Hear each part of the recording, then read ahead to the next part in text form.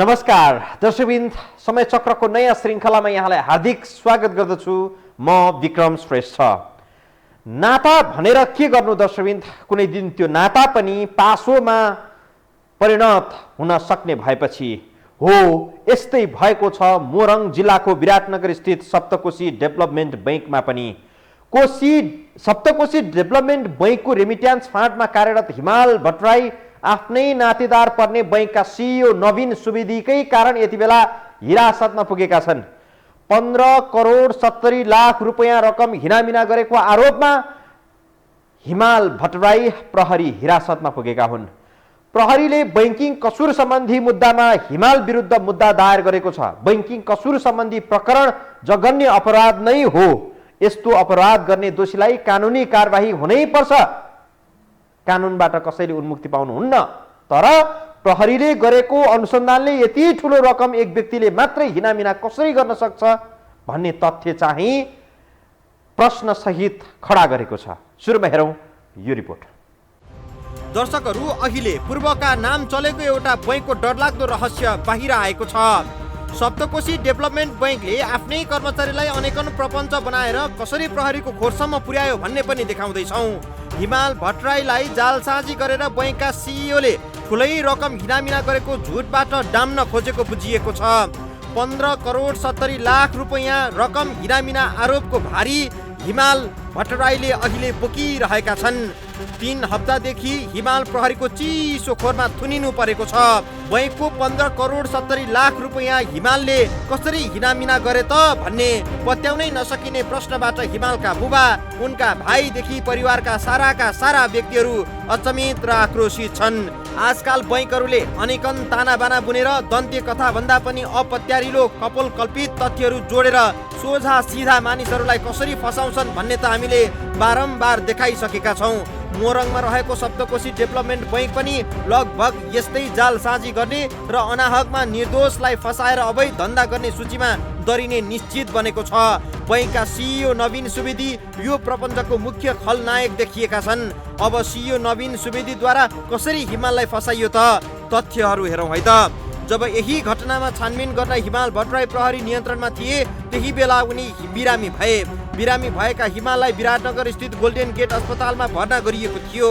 हिमालका बाबु अम्बिका भट्टराईका अनुसार हिमालको गोल्डेन गेट अस्पतालमा उपचार भइरहेको बेला सिइओ नवीन सुवेदीले खाली कागजमा सही गराएका थिए।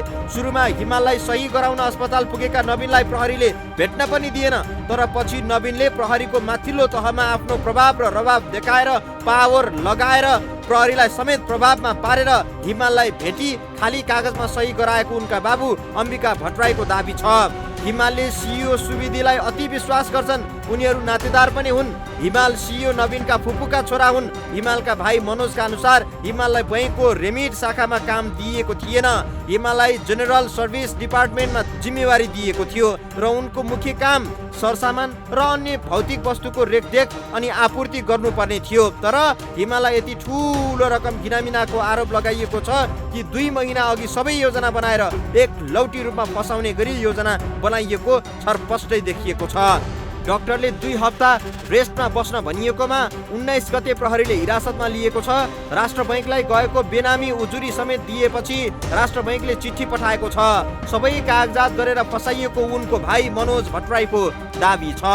2 महिना अगाडि नै थाहा भएको कुरालाई यतिखेर ल्याएर सबै कागजातहरू रेडी गरेर एकलौटी उसलाई फसाउने रूपमा 8 गते अभद्र व्यवहार गर्यो भनेर मुद्दा हालेको छ। 8 गते अभद्र व्यवहार गरेको मान्छेलाई 9 गते कसरी काठमाडौँ पठाइन्छ, जबकि 10 गते हिमाल भट्टराईले सप्तकोशी डेभलपमेन्ट बैंकको गाडी रिसिभ गरेको छ। हामीसँग प्रमाण पनि छ, त्यसको उसले रिसिभ गरेको प्रमाण पनि हामीसँग छ। डाक्टरले 2 हप्तासम्म आइसोलेसनमा बस्नु भनेको थियो हिमाललाई। 16 गते मङ्सिर 16 गते 2 हप्ता आइसोलेसनमा बस्नु भनेको उसलाई 19 गते हिरासतमा राखियो। 16 गते डाक्टरले बस्नु भनेको प्रमाण पनि हामीसँग सुरक्षित छ। हामीसँग त्यो प्रमाण पनि छ। राष्ट्र बैंकलाई गएको बेनामी उजुरी चाहिँ हामीसँग यहाँ पनि छ। हिमालका भाइ मनोजका अनुसार हिमालले रकम घिनामिना गरेको आरोप लगाएका सिइओ नवीन सुवेदीकी बहिनी पर्ने बबिता सुवेदीका नाममा नवीनले आफै खाता खोलिदिएका थिए र यो खाताको सञ्चालन पनि नवीन आफैले गर्दै आएका थिए। मनोजका अनुसार यस खाताबाट 14 करोड भन्दा बढीको कारोबार भएको पाइएको छ। उनले अधिकार प्राप्त सरकारी निकायले सिइओ नवीनको सम्पत्ति र त्यसको स्रोतका बारेमा अनुसन्धान गरेमा सबै स्पष्ट हुने बताए। यो अहिले जुन यत्रो 15 करोड भन्दा माथिको हिनामिनाको कुरा आइरहेछ, यो कस्तो पैसा हो रहेछ भने ब्याङ्कको निक्षेप पैसा हुन्छ नि, ब्याङ्कको पुँजी पैसालाई विभिन्न नचलेको खातामा रकम ट्रान्सफर गर्ने, डिपोजिट गर्ने र त्यो पैसालाई क्यास निकाल्ने, त्यो गरी निकाल्ने। अनि स्रोत चाहिँ के देखायो, त्यो पैसा कहाँबाट आयो भन्दाखेरि त्यो चाहिँ रेमिटेन्सबाट आयो भनेर खुलाउने, तर रेमिटेन्सबाट त्यो पैसा आएको हुँदैन। हाल हिरासतमा रहेका हिमाललाई सिइओ नवीनले म तेरो दाजु हुँ, तँलाई अप्ठ्यारो पार्ने काम गर्दिन भन्दै फकाएको उनको आफन्तहरूको दाबी छ। हिमालले नवीनको विश्वासमा परेर सबै कागजमा दस्तखत गरेको उनको दाबी रहँदै आएको छ। 15 करोड 70 लाखको रकम हिरामिनाको प्रकरणमा खास गरी 3 रहस्यमय प्रश्नहरू उब्जेका छन्। 1. प्रहरी नियन्त्रणमा रहेका हिमाललाई अस्पतालमै पुगेर सिइओ नवीन सुवेदीले खाली कागजमा किन सही गराए? 2. यसरी पटक पटक गरेर बैङ्कको करिब 16 करोड भन्दा बढी रकम हिनामिना हुँदा पनि सिइओलाई थाहा किन भएन? र 3. यति ठुलो रकमको हिनामिना बैङ्कको एकजना फाँटवाला कर्मचारीबाट मात्रै कसरी सम्भव भयो त? हालसम्म प्रहरीले हिमाल भट्टराईलाई नियन्त्रणमा लिएर अनुसन्धान गरिरहेको छ।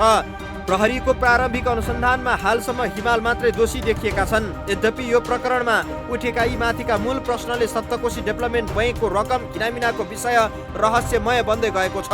यसमा विशेष गरी बैङ्कबाट पैसा यसरी हिनामिना भएको लामो समय भइसक्दा पनि जिम्मेवार अधिकारीहरू अन्जान भएको कुरा जति शङ्कास्पद छ, उति नै आरोपित प्रहरी नियन्त्रणमा रहेको बेलामा पनि खाली कागजमा हस्ताक्षर गराउनुले यो विषय निकै रहस्यमय बनेको छ। यद्यपि यस विषयमा सिइओ नवीन सुवेदी सहमत छैनन्। रकम हिनामिनाको विषयमा सिइओ नवीन सुवेदीको दाबी भने अलि फरक छ। सप्तकोशी डेभलपमेन्ट बैङ्कको रकम हिनामिनाको विषयमा प्रहरी, केन्द्रीय अनुसन्धान ब्युरो, राष्ट्र बैङ्क लगायतका निकायले प्रारम्भिक अनुसन्धान गरिसकेका छन्। उनीहरूको प्रारम्भिक अनुसन्धानबाट पनि यस प्रकरणमा हिमालले मात्रै एक्लै हिनामिना गरेको हुन सक्नेमा ढुक्क छैनन्। 6 वर्षको अवधिमा करिब 16 करोड रकमको हिनामिना हुँदा पनि सम्बन्धित अधिकारीहरू अन्जान भएकोमा अनुसन्धान सम्बद्ध निकायहरू विश्वस्त नहुनुले घटना थप रहस्यमय बन्दै गएको छ। प्रहरीले हिमाल भट्टराईलाई यही पौष 2 गते बैंकिङ कसुर सम्बन्धी मुद्दा दायर गरेको छ। प्रहरीको प्रारम्भिक अनुसन्धानले हालसम्म हिमाल भट्टराईको मात्रै संलग्नता भएको देखाएको छ। यद्यपि प्रहरी आफ्नै अनुसन्धानमा भेटिएको तथ्यबाट चाहिँ ढुक्क देखिएको छैन, किनकि यति ठुलो रकम 6 वर्षदेखि निरन्तर हिनामिना हुँदा पनि सम्बन्धित अधिकारीहरू किन बेखबर भए त? यही संशयपूर्ण प्रश्नको जवाब खोज्न प्रहरीले अनुसन्धानलाई अघि बढाएको मात्रै छैन, बैंकका सिइओ नवीन सुवेदीमाथि निगरानी पनि बढाएको छ। यी प्रसङ्ग हामी जोड्नेछौँ ब्रेकपछि।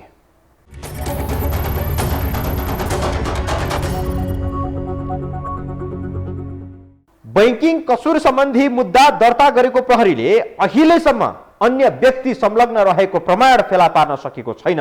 राष्ट्र बैङ्क, प्रहरीको केन्द्रीय अनुसन्धान ब्युरो र मोरङ प्रहरीले घटनाको प्रारम्भिक अनुसन्धान चाहिँ थालिसकेको छ। अहिलेसम्मको अनुसन्धानले हिमाल भट्टराई मात्रै दोषी करार गरिएको छ। यद्यपि यस प्रकरणमा भेटिएको रहस्यमय सन्दर्भले थप व्यक्तिहरू पनि प्रहरी शङ्काको घेरामा परेका छन्। प्रहरीले रकम हिनामिनामा सिइओ नवीन सुवेदीमाथि पनि आशंका बढाउँदै लगे पनि प्रमाण नहुँदा नियन्त्रणमा लिन चाहिँ प्रहरी सफल हुन सकेको छैन। यति ठुलो रकम हिनामिनामा अन्य व्यक्तिहरू प्रहरी निगरानीमा रहेको तथ्य हामी देखाउँदैछौँ यो रिपोर्टमा। हिमालको आफन्तले भने चाहिँ यति बेला कोशी डेभलपमेन्ट बैङ्कको करिब 16 करोड रकम हिनामिनामा हिमाल बलीको बोको बनाइएका छन्। यद्यपि प्रहरीले भेटाएको प्रमाण अनुसार अहिलेसम्म यसको दोषी उनै हिमाल देखिएका छन्। प्रहरीले अहिले उनै हिमाल भट्टराईलाई नियन्त्रणमा लिएर अनुसन्धान गरिरहेको छ। गएको मङ्सिर 19 गते प्रहरीले नियन्त्रणमा लिई पौष 2 गते जिल्ला अदालत मोरङमा बैंकिङ कसुर सम्बन्धी मुद्दा दायर गरेको छ। प्रहरी स्रोतका अनुसार रेमिट्यान्स फाँटका कर्मचारी भट्टराईलाई नियन्त्रणमा लिए पनि बैंकका प्रमुख कार्यकारी अधिकृत सिइओ नवीन सुवेदी प्रहरीको शङ्काको घेरामा छन्। यद्यपि नवीन सुवेदीको विषयमा प्रहरीले ठोस प्रमाण भने भेटाउन सकेको छैन, तर प्रहरीको प्रारम्भिक अनुसन्धानको निष्कर्ष यो छ कि यति ठुलो रकम रेमिटान्स फन्डको कर्मचारीको योजनामा मात्रै सम्भव हुँदैन। प्रहरीले यही विषयमा गम्भीर अनुसन्धान गरे पनि तथ्य प्रमाण भेटाउन नसक्दा अन्य संलग्न व्यक्तिहरू प्रहरी नियन्त्रणमा आउन सकेका छैनन्। प्रहरीका अनुसार बैंकको पैसा भट्टराईले नै निकालेकै देखिन्छ। पार्किङ एकाउन्टमा जम्मा गरिएको पैसा उनले अन्यत्र पनि पठाएका छन्। रेमिट्यान्सको पैसा निकाल्नका लागि सोही बैंकमा फेक एकाउन्टहरू पनि खोलेको प्रहरीले भेटाएको छ। हिमालका भाइ मनोजका अनुसार भने सिइओ नवीन सुवेदीले आफ्नै बहिनी बबिता सुवेदीको नाममा खाता खोलिएका छन् र त्यसैबाट 14 करोड रकम निकालिएको छ। एकजना बबिता सुवेदी भन्ने मान्छे जो चाहिँ नवीन सुवेदीको ठुलो बाको छोरी, उसको खाताबाट 14 करोड भन्दा माथिको ट्रान्जेक्सन भएको छ। उसले त्यो खाता सप्तकोशी डेभलपमेन्ट ब्याङ्कको आइपिओ खोल्दाखेरि 5,000 रुपियाँ पैसा दिएर खाता खोल्न लगाएर हिमाल भट्टराईले नवीन सुवेदीलाई सोधेर यहाँ बबिता भनेर लेख्दैन साइन भनेर लेख्न लगाएर अहिले त्यही खातामा त्यत्रो 14 करोड भन्दा माथिको ट्रान्जेक्सन गराई साइन गराएर पैसा झिकिएको छ। अनुसन्धानको क्रममा प्रहरीले फेक एकाउन्ट खोलेको भेटाएको पनि छ, तर यो फेक एकाउन्ट कसले र कसको नाममा खोलिएको छ भन्नेमा प्रहरी बोलेको छैन। यद्यपि सप्तकोशी डेभलपमेन्ट बैंकमा करिब 16 करोड रकम हिनामिना भएको प्रहरीको प्रारम्भिक अनुसन्धानमा खुलेको छ। यस प्रकरणको विषयमा थप अनुसन्धान भइरहेको मोरङ प्रहरीले बताएको छ। यस प्रकरणमा राष्ट्र बैंकले एक साता लगाएर अनुसन्धान गरेको थियो। उसले गरेको अनुसन्धानले पनि रकम हिनामिना प्रकरणमा एउटै व्यक्ति मात्र संलग्न नभएको देखाएको छ।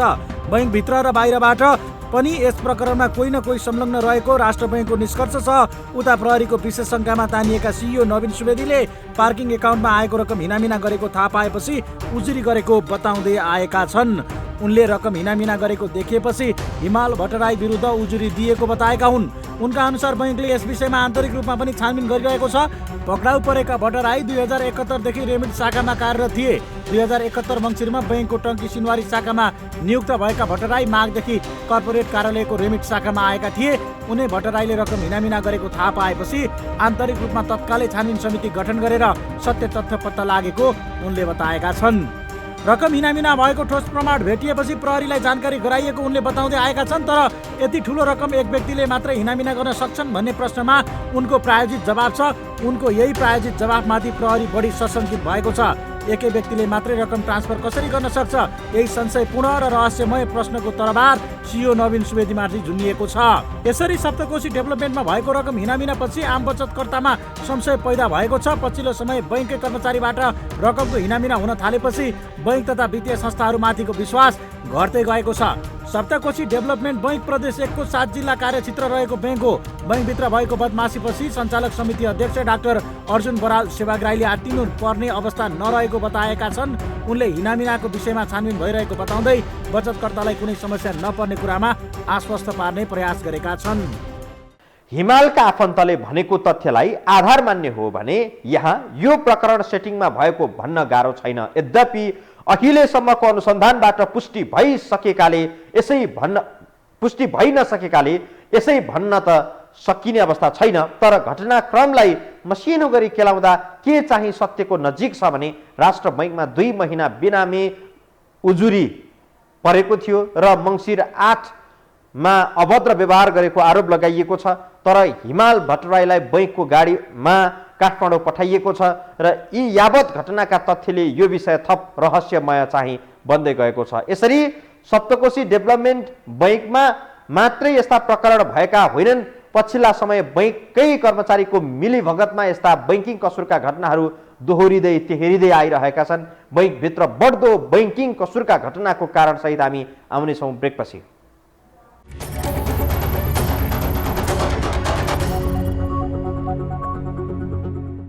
प्रहरीको केन्द्रीय अनुसन्धान ब्युरो CIB को तथ्याङ्क अनुसार बैंकिङ कसुरका घटना हट्टै बढेको छ। यसको पछिल्लो नजिर कुमारी बैंक, सिन्धु विकास बैंक आदि इत्यादि हुन्। यी पछिल्ला चर्चित अपराधका घटनाले यस्तै सङ्केत गर्दछ।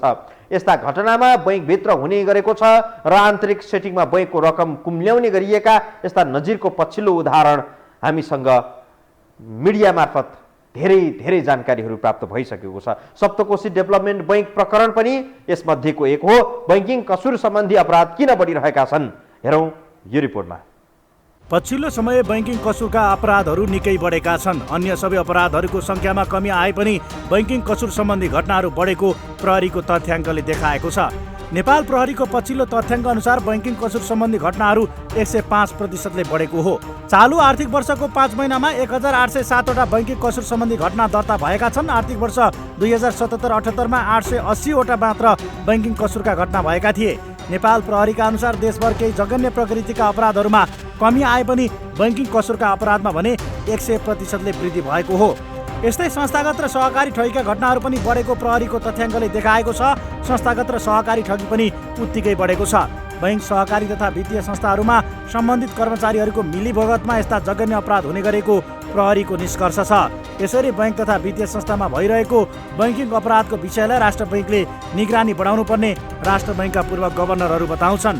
यसलाई घटाउनको निमित्त यस्ता पत्ता लागेका मान्छेहरूलाई रिगरसली कडाभन्दा कडा कारबाही, हदैसम्मको कारबाही गरेर नतिजा देखाइदिएपछि ओहो म यस्तो पवित्र संस्थामा बसेको, दुनियाँको निक्षेपको चाहिँ जिम्मा लिएर बसेको, मैले ब्याङ्कभित्र पस्नासाथ गलत मनसाय राखेँ भने कुरा दिउँ है भन्ने भावना कर्मचारीहरूमा दिनु पर्यो। र त्यसलाई नियमन गर्ने निकायले पनि त्यस्तो देखियो भनेदेखि हदैभन्दा हदै कडा कारबाही गर्ने। अब त्यो अलिक ठुल्ठुला मान्छेका परे अनि कसैले चाहिँ सोर्स लाएर चाहिँ यसो नगर्दै भन्ने आयो भनेदेखि निर्ममता साथ चाहिँ प्रस्तुत भएर यस्ता कुराहरूलाई चाहिँ गरिदिनुपर्छ। प्रहरीको केन्द्रीय तथ्याङ्क ब्युरोले दिएको जानकारी अनुसार बैंकिङ कसुर सम्बन्धी मुद्दामा करिब 22.5 अर्बको माग दावी गरिएको छ। पछिल्लो समय बैंकिङ कसुर सम्बन्धी घटनाका प्रतिनिधिमूलक बैंकिङ संस्थाहरू हुन् कुमारी बैंक, सिद्धु विकास बैंक र सप्तकोशी डेभलपमेन्ट बैंक। बैंकिङ कसुर गरी करोडौँ रकमको हिनामिना मात्रै गरिएको छैन, नक्कली जग्गाधनी खडा गरेर बैंकबाट कर्जा बापतको रकम निकाल्ने गरिएको छ। कुमारी बैंकमा नक्कली जग्गाधनी खडा गरेर करिब 19 करोड बढीको रकम निकालिएको थियो। बैंकिङ तथा वित्तीय संस्थाहरूमा मौलाउँदै गएको अपराधको नियन्त्रण गर्ने जिम्मेवारी राष्ट्र बैंकको हो। राष्ट्र बैंकले यस्ता वित्तीय संस्थाहरूमाथि कडा निगरानी बढाउन सक्छ। तर पछिल्लो बैंकिङ कसुरका घटनाहरूले के दर्शाएका छन् भने राष्ट्र बैंक पनि कहीँ न कतै फितलो देखिएको छ। पुलिस भन्दा चोर डाकाहरू 1-2 कदम अगाडि हुँदो रहेछन् भन्ने भएको छ। तिनलाई नियमन गर्नको निमित्त यिनै अनुभवबाट फेरि टालटुल गर्ने कुराहरू चाहिँ हुन सक्छ होला जस्तो लाग्छ। र जसले गर्दा गत वर्षको तुलनामा यस वर्ष बैंकिङ कसुरका घटनाहरूमा 100 बढी प्रतिशतले वृद्धि भएको हुनुपर्छ। बैंकिङ कसुर सम्बन्धी घटना हरेक दिन बढ्दै गएको छ। प्रहरीले हरेक दिन यस्ता घटनामा संलग्नहरूलाई नियन्त्रणमा लिए कारबाही प्रक्रिया पनि अघि बढाएको छ। प्रहरीले सक्रियता जति बढाएको छ, बैंकिङ कसुरका घटना उति नै बढ्नुले आर्थिक अपराधको जालो कति भयानक छ भन्ने तथ्य पुष्टि गरिदिएको छ। प्रहरीको केन्द्रीय अनुसन्धान ब्युरोले दिएको जानकारी अनुसार हालसम्म 22.5 अर्बको माग दाबी सहित मुद्दा दायर गरिएको छ। यो तथ्यले पनि के प्रश्न बनाउँछ भने मुलुकमा बैंकिङ कसुरका डरलाग्दा प्रकरणहरू बाहिरिएका छन्। यसरी हरेक दिन बढ्दो अपराधजन्य घटनाले मुलुकको आर्थिक अवस्था चाहिँ कस्तो होला, के होला, यो सँगै बैंकिङ क्षेत्रप्रतिको विश्वासमा कमी आउनुको साथै आर्थिक अराजकताले पनि थप प्रश्रय पाउन सक्छ। यसर्थ यस्ता अपराधको बेलामा नियन्त्रण गर्न राज्य संयन्त्रले तदारुकता देखाउन जरुरी छ। देखाइएन भने भोलिका दिनमा अलि भयावहपूर्ण स्थिति आउन नसक्ला भन्न सकिन्न। दर्शकवृन्द, आजलाई समय चक्र यति नै। हेरिदिनु भयो, धन्यवाद र कार्यक्रमबाट बिदा दिनुहोस्। नमस्कार।